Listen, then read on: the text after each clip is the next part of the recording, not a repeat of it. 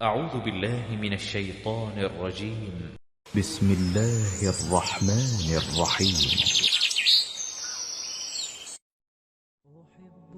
دکتر زاکر، شما گفتید در قرآن هیچ اشتباهی نیست. من در حدود 20 اشتباه گرامر عربی را دریافتم.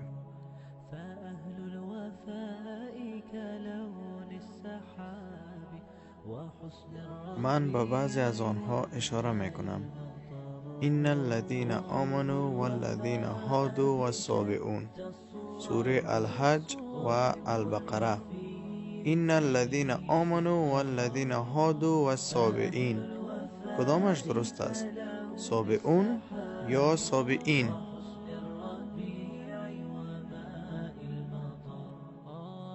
و شماره 2، سوال شماره دوم من: برادر، شما فعلا وقت حق یک سوال را دارید.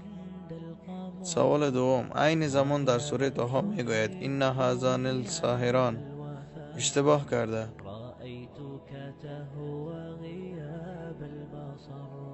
باید گفته میشد ان هذین لساحران. می توانی برایم جواب بدهی؟ بیشتر از این دیگر اشتباهات گرامری وجود دارد.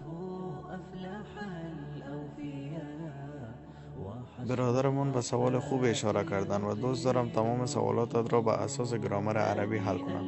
و موافق هستم با تمام نکات گرامری که شما با آن اشاره کردید. کتابی که شما در دست دارید مربوط به عبدالفادی می شود، درست؟ نام کتاب: آیا قرآن از اشتباه مصون است؟ بله الحمدلله، بیناییم عالی است.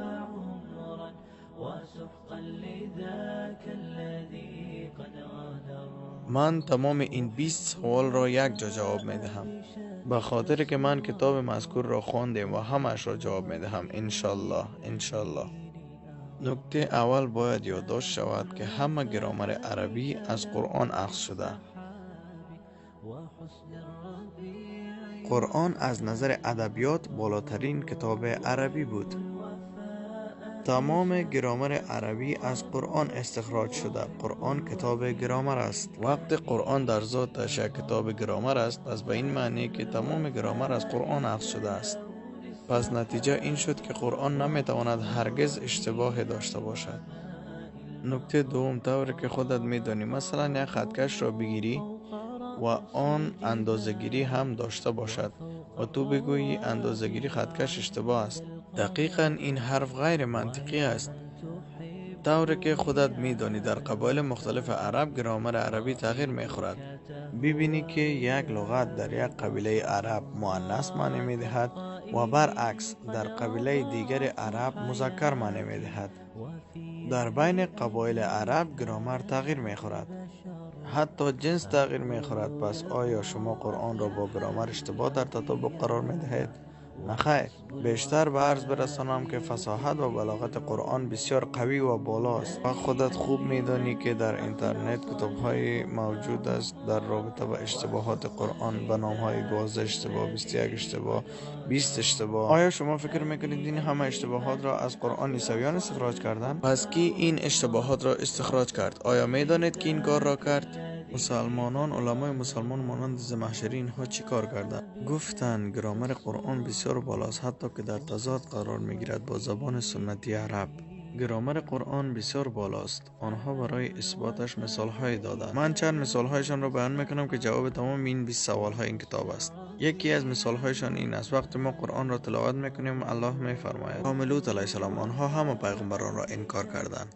دقیقاً بیان شد که آنها همه پیغمبران را انکار کردند. دکتر ویلیام کمپل هم گفت قوم نوح همه پیغمبران را انکار کردند. ما به اساس تاریخ میدانیم که به قوم نوح فقط یک پیغمبر فرستاده شده بود.